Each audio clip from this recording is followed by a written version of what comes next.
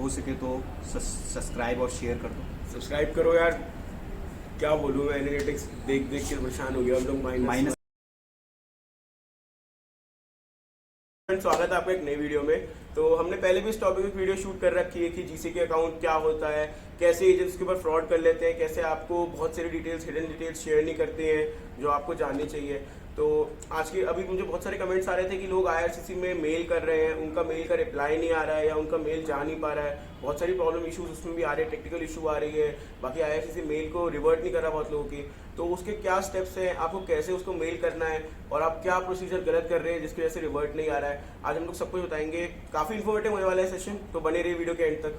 तो मेरा first question सलाह आपसे यही है कि बहुत लोग जो है, मैंने कमेंट्स पढ़े हैं, मैं एक्चुअली कमेंट्स पढ़ रहा था, मैंने आपको व्हाट्सएप पे भी 2-3 मैसेज देखे हैं, इतने भर रखे हैं कि हमने आईआरसीसी को मेल किया है, हमारा मेल का रिवर्ट नहीं आ रहा है। दिल्ली इमिग्रेशन। हाँ, हम लोग रेगुलर मेल कर रहे हैं, हमने अप्रॉक्सीमेटली 30 to 40 मेल्स कर दिए, तब भी नहीं आ रहा है। तो उसका क्या रीज़न है?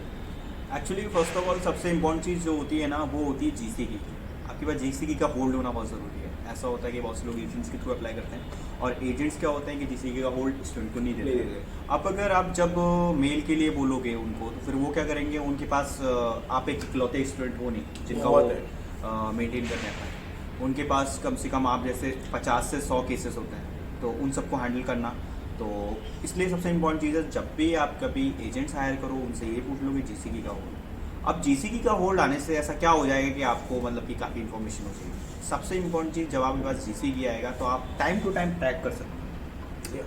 और मेल आईडी का सबसे इम्पोर्टेंट चीज़ ये है कि आपको जीसीकी में अपनी मेल आईडी अटैच करनी है, क्योंकि कल को अगर कोई प्रॉब्लम आती है, कोई अपडेट एक्स्ट्रा मांगते हैं, तो आपको पता होना चाहिए। अब एजेंट के पास आ गया आज, वो बता रहा है तुम्हें 10 दिन बाद या 3 दिन बाद, तो एजेंट तो बहुत सारे लोग होते हैं, वो सबका देखता नहीं है। तो अगर आप पे अगर मेल अपनी ऑफिशियल मेल आईडी डालेंगे, तो अगर आपको आईआरसीसी को आगे मेल भी करना है तो भी वही मेल आईडी यूज़ होगी, उसी पे रिवर्ट आएगा। बाकी अगर आपको कोई अपडेट आ रहा है, कुछ भी आ रहा है नोटिफिकेशन आईआरसीसी की तरफ से, कोई डॉक्यूमेंट की वजह से या किसी वजह से, तो भी उसी मेल के ऊपर आएगा। अब दूसरी बात जो कुशांग ये है कि लोग कहते हैं कि हमने 10 से 20 मेल कर दिए, दिल्ली इमिग्रेशन को हमारा रिप्लाई नहीं आया। आप मेल करो, कोई दिक्कत नहीं है, बट आपका जो जीसीकी का जो अकाउंट जिस मेल से अटैच है, उससे मेल होना बहुत इंपॉर्टेंट चीज़ है। स्टूडेंट क्या करते हैं, अपनी मेल आईडी से कर देते हैं, उन्हें रिस्पांस आता नहीं है, और फिर बोलते हैं कि मैंने दिल्ली इमिग्रेशन को मेल करा है और उनका कोई रिस्पांस नहीं आया। सबसे इंपॉर्टेंट चीज़ आपकी जो रजिस्टर्ड मेल आईडी है, उसकी तरफ से जाना चाहिए। दूसरी इंपॉर्टेंट चीज़, लोगों को अपना एप्लीकेशन नंबर, यूसीआई नंबर नहीं पता होता। अब यूसीआई नंबर आप अटैच नहीं करोगे, एप्लीकेशन नंबर अटैच नहीं करोगे, तो वो कैसे कंसिडर करेंगे? हाँ, यूसीआई नंबर जो मेडिकल का नंबर होता है वो, हाँ, unique client identity. It is also mandatory to mention in your mail to Delhi Immigration। और एप्लीकेशन नंबर वो यूनिक होता है, वो भी आपका जब वीज़ा फाइल करते हो तब वो आपको मिलता है।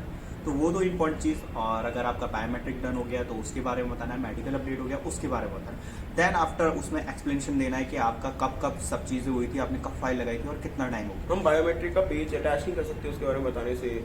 अटैच करने से कोई फ़ायदा नहीं है, क्योंकि उनके पास सब चीज़ आती है, वो एक एंटर मारेंगे, आपकी पूरी डिटेल सामने आ जाएगी। बट ये है कि आपको अपनी तरफ से एक जेन्युइन स्टूडेंट की कंसिडरेशन देनी है, और उसके लिए आप क्या करोगे, अपना UCI number, application number, biometric information, ये नहीं देनी बहुत ज़रूरी है।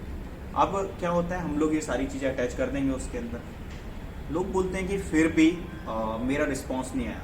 अब देखो, सबसे इम्पोर्टेंट चीज़ ये हो जाती है कि आपकी फाइल एचडीएस कैटेगरी की 20 to 45 डेज क्रॉस कर चुकी है। अगर कर चुकी है, उसके बाद 15 वीक्स अभी प्रोसेसिंग टाइम है बायोमेट्रिक डन होने के बाद आईआरसीसी की ऑफिशियल वेबसाइट पे।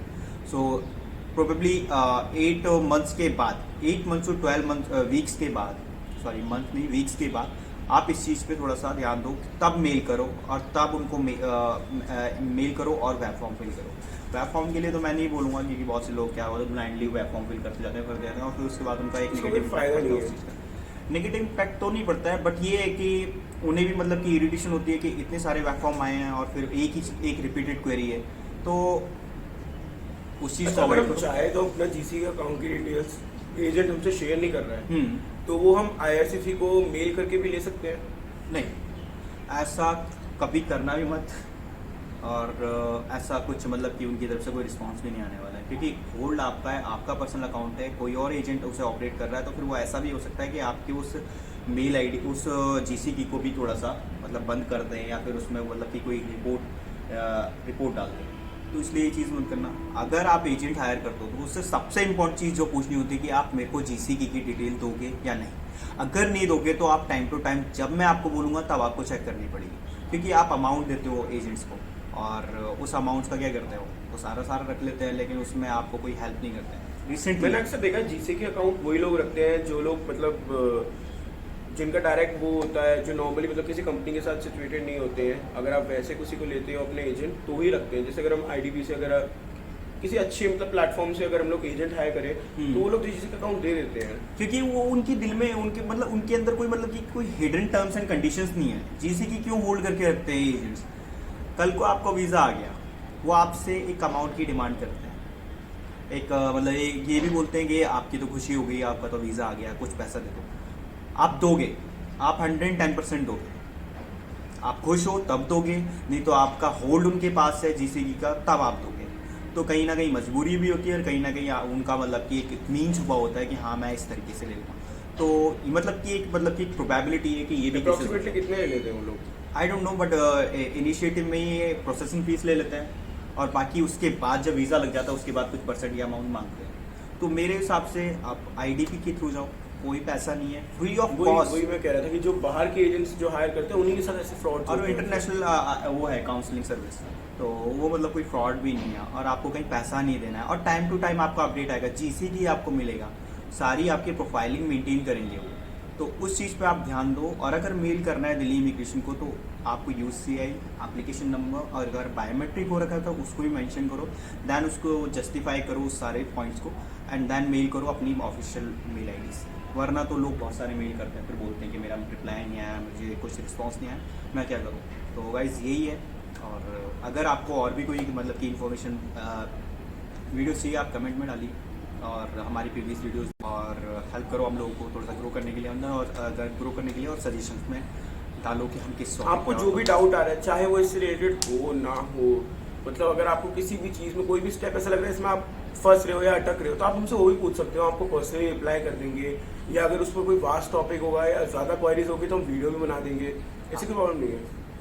बाकी शादाब भाई का व्हाट्सएप नंबर है ही, साथ में हमारा इंस्टा पेज भी है यहाँ पर, तो आप उस जाके पर भी फॉलो करो हम लोगों को और अगर कोई प्रॉब्लम होती है तो फिर आप उससे मैसेज कर सकते हो, कमेंट कर सकते हो। Thank you.